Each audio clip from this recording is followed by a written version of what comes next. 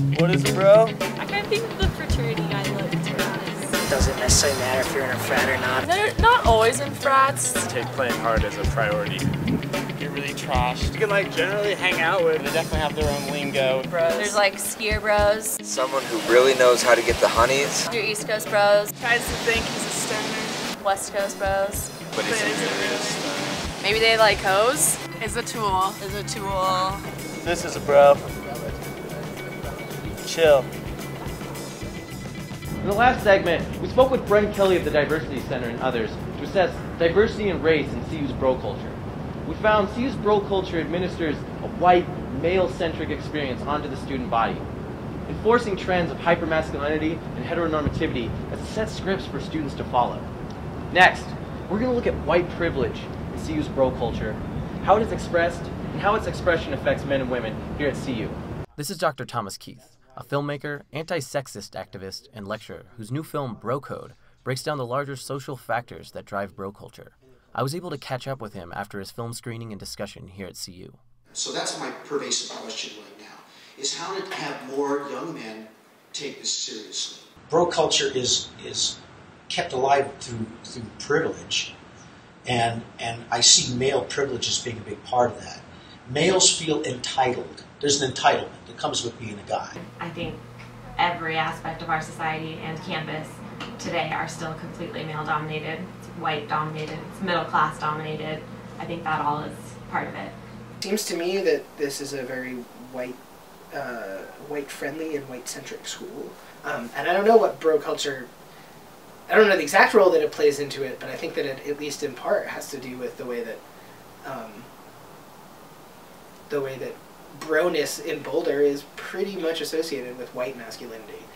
So there's a different experience between white males on campus, especially in the bro community, than people that exude bro-type qualities but are people of color. Definitely. I think so.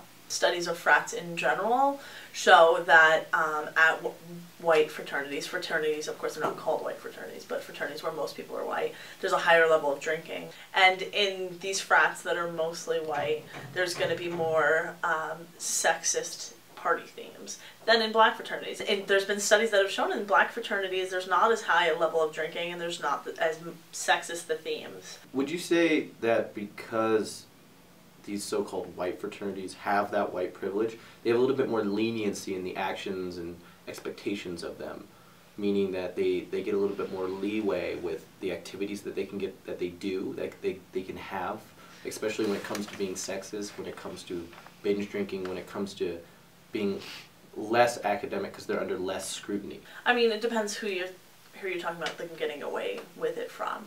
But in terms of even accountability amongst the people who go to these parties, I think definitely it's an interesting point to think about that, you know, maybe these sexist parties like stuff like King Tut and Egyptian sluts, right? So that idea, I think, is accepted because it's kind of fun to be sexy. And so there's confusion between like it being fun to be sexy at a party and it being sexist to be sexy at a party, right? So we're not sexualizing men and women in the same way there. So it's not like King Tut sluts and Egyptian sluts. It's like just the King Tut is not sexualized, but we're sexualizing the women, if that makes sense. So what are some stereotypes that people have here with fraternity life as opposed to what you experience?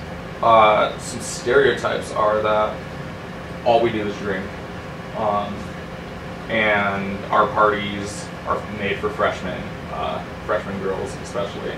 I think it comes from the fact that they only see us at these parties, and you know, part of Greek life is it's kind of a secret society, and you don't see what happens behind closed doors because that's the way we intend for it. Is there are things that we do as a brotherhood that's shared only among the brothers. Wait a minute. What does Sean mean about brotherhood behind closed doors?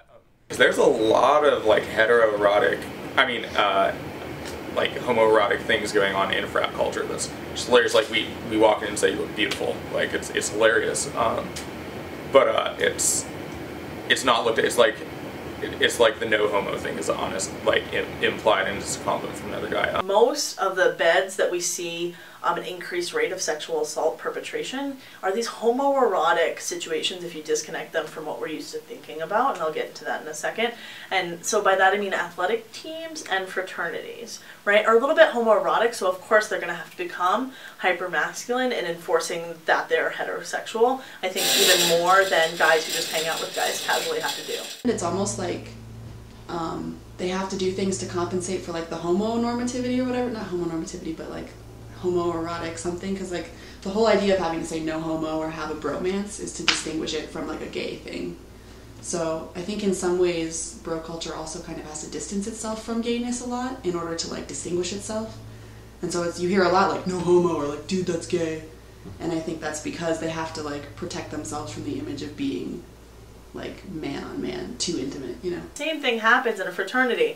Oh, let's all get together and like sometimes strip naked for our hazing and sit in the basement and get really wasted together with no women allowed and bond together and like make sure that we're broken down and build back up so that we're really tight and cohesive. You're going to want to make sure that you're policing your heterosexuality there as well. In terms of masculinity, I think a lot of the thing about bro culture is it breaks down masculinity. It's not, you know, you're able to hug your brother and pat him on the butt and tell him he's beautiful or call him a sexy bitch. You know, it's a lot of these things that they're exactly opposite of masculine, but the fact that it's men doing it, I guess, hyper-masculinizes it, and because it's between brothers, there's not a sexual intent behind it.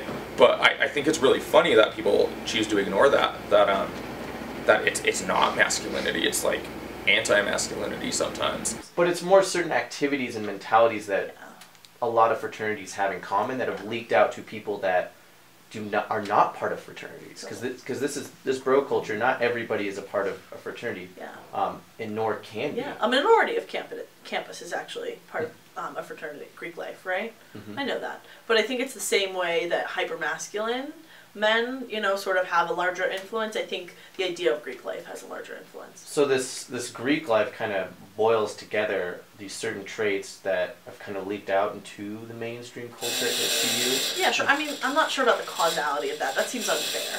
And I'm always hesitant to just lump everything onto frats, because I think that would be really reductionist. And I think it would also suggest if we got rid of frats, bro culture would be gone, which is absolutely not true.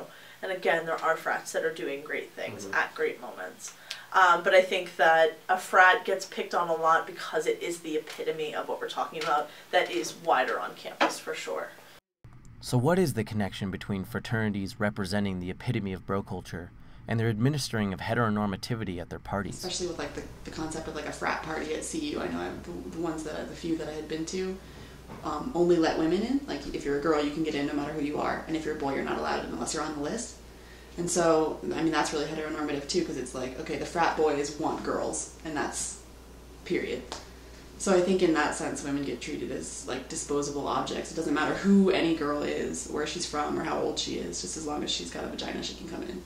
Through my interviews, a lot of people express that at frat parties here at CU, there are these lists, so to speak, to get into these frat parties. And that primarily, if you just, for men's experiences or for women, if they just show up, or men show up with X amount of women, maybe dressed a certain way or putting on a certain persona, that they can get into these parties. What's the exclusivity, and why, and is this true, and why is it true? A large reason for it is to invite girls. Maybe, I don't think it's for sexual reasons at all. I think it's for social